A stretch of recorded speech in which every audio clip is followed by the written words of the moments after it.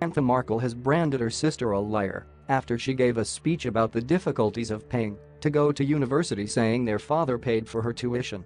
Meghan, 37, gave her first speech as a member of the royal family at the University of the South Pacific Suva campus in Fiji today. She discussed the challenges of funding further education, saying she relied on scholarships and financial aid programs to get through her university degree. But her half-sister, 53, quickly took to Twitter to brand her delusional and a liar, saying she missed out a very important detail in her speech. She wrote, "Dad paid her college tuition." She forgot the most important part of her speech, and there are receipts to prove it. "I love my sister, but this is ridiculous. Yo, you can't lie like this, Meg. Delusionally absurd." The Duchess of Sussex said to students and staff, "I am also fully aware of the challenges of being able to afford this level of schooling for many people around the world, myself included. It was through scholarships, financial aid programs and work study, where my earnings from a job on campus went directly towards my tuition, that I was able to attend university. And, without question, it was worth every effort." But Samantha is adamant their father Thomas Markle, 74, paid for Meghan to go to university. Mr. Markle, who has been famously cut out of his daughter's new life as a royal, worked as an Emmy Award-winning lighting director on hit US TV shows such as General Hospital and Married with Children, before retiring to Mexico 8 years ago. In an interview with the Mail on Sunday, he told of how Meghan was sent to exclusive private schools from kindergarten onwards, and he paid for her $30,000, £23,000, a year tuition at Northwestern University, Illinois, with $750,000 winnings from a lottery. He claims he funded a teenage Meghan's expensive holidays abroad, including a visit to Britain, where she was photographed outside Buckingham Palace.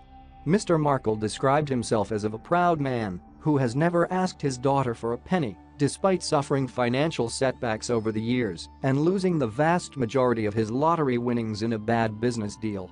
But Meghan gave a different impression in her speech. "As a university graduate, I know the personal feeling of pride and excitement that comes with attending university.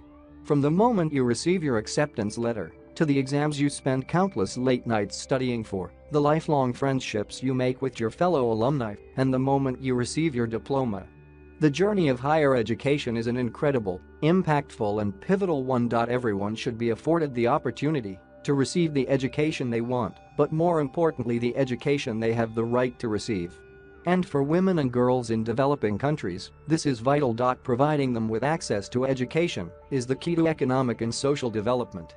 Because when girls are given the right tools to succeed, they can create incredible futures, not only for themselves, but also for those around them."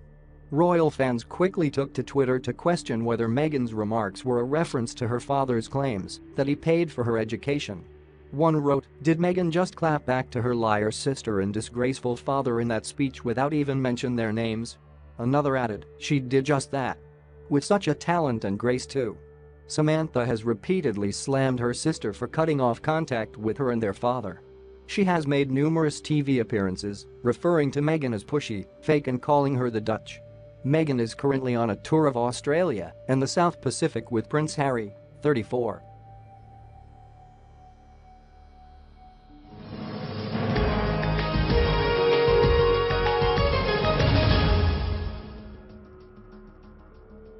The Dukes of Sussex have unveiled a statue to a hero sergeant in Fiji after spending the night at a lavish 5-star resort on one of the country's private islands.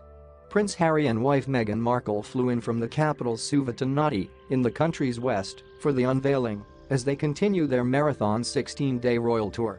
The couple had spent the night on the Paradise Isle of Vachavara together as they took a break from their jam-packed schedule.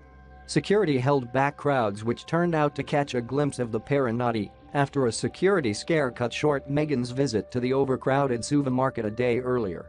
The royals were given a traditional welcome after stepping off their chartered flight on their last morning in Fiji before flying on to Tonga. Mother-to-be Meghan was wearing a forest green Jason Wu dress and cradled her baby bump as her husband gave a speech. The couple sat for the second time on their brief visit to Fiji on a raised dais for the welcome ceremony, during which Prince Harry again drank a cup of the national drink, kava, which is made from the roots of the pepper plant and has the appearance of muddy water.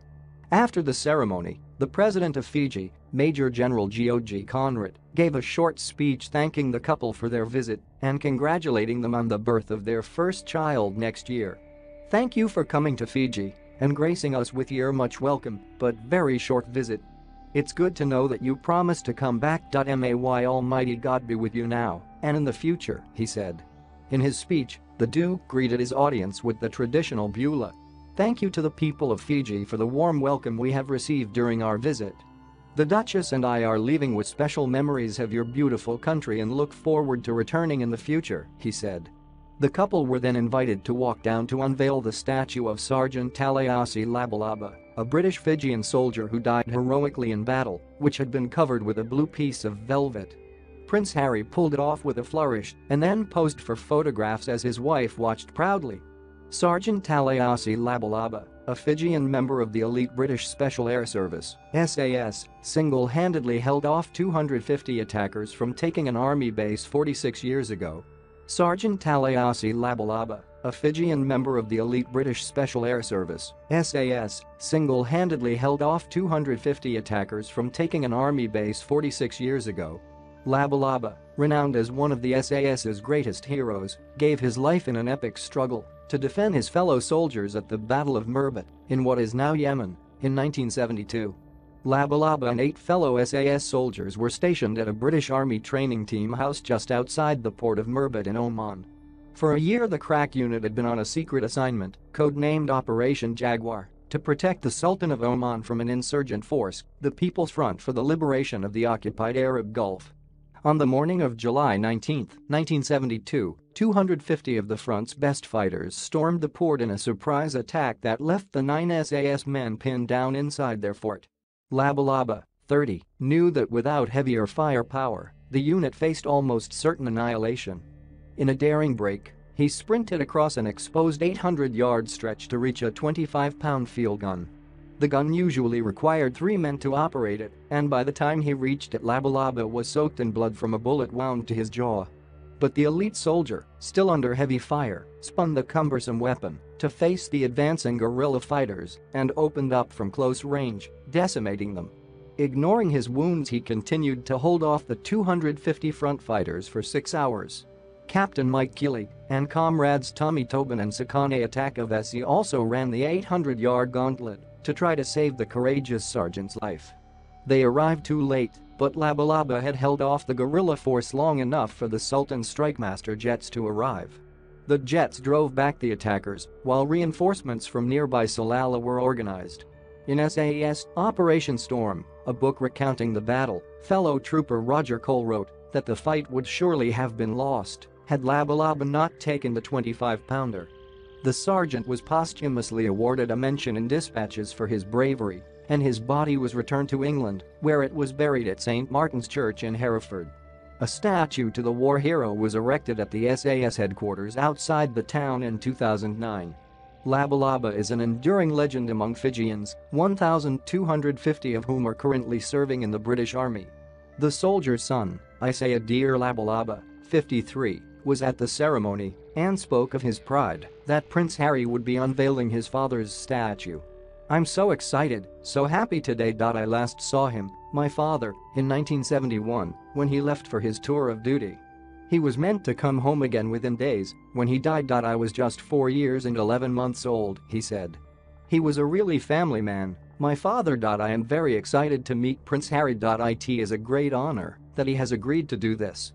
His comrade Sakane Atakavesi Vicolo, 75, was with Labalaba when he died and was himself shot in the shoulder by a bullet that just missed his head. "We were blood brothers, we stood side by side. It was the last day of our 5-month tour. We had some rum to celebrate the night before and had packed our belongings and gone to sleep before the handover," he said. It was 4 a.m. when the attack started. We thought it would be just another skirmish and they would hear back into the mountains. But it wasn't, and we were outnumbered. He added how we have campaigned for a long time for a statue to commemorate him. It is wonderful to have a memorial to him here in Fiji. It is very important to the Fijian people, he said. We were very proud to serve the crown, so it means a lot to us to have Prince Harry here to unveil it. His brother Prince William unveiled a statue on Hereford in 2014. Tourism Minister Fayez Koya said of Harry and Meghan's trip to Fiji, "We are proud to host them. This is a worldwide event, so it is tremendous for us. They are a couple with global appeal to everyone." He confirmed that the newlyweds, who are expecting their first child in April, spent last night on the paradise isle of Vachivar together. This private island boasts it offers conscientious luxury to the discerning traveler and is one of the world's most beautiful places.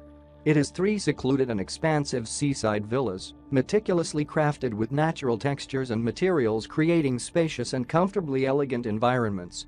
Vachivar is one of those islands you will not forget. It showcases the Fijian spirit and what we have as Fijian people. It's absolutely beautiful. Stunning. They would have enjoyed themselves, Mr. Koya said. After the ceremony, the couple boarded their Qantas charter flight for the South Pacific nation of Tonga, the 3rd country they are visiting during their 16-day trip on behalf of the Queen. There they will receive an official welcome to the country from Her Royal Highness the Princess Angelica Latufia-Pika at the airport. Later they will be the guests of honor at another welcome reception and dinner in Nuku'alofa with the Tongan ruler, King Tupuvai, and his wife, Queen Nanasipau, with traditional Tongan entertainment. The royal couple are spending just one night in Tonga before heading back to Sydney, Australia for the closing ceremony of the Invictus Games. They will have 2 nights in Sydney and will then fly to New Zealand, where their tour draws to a close.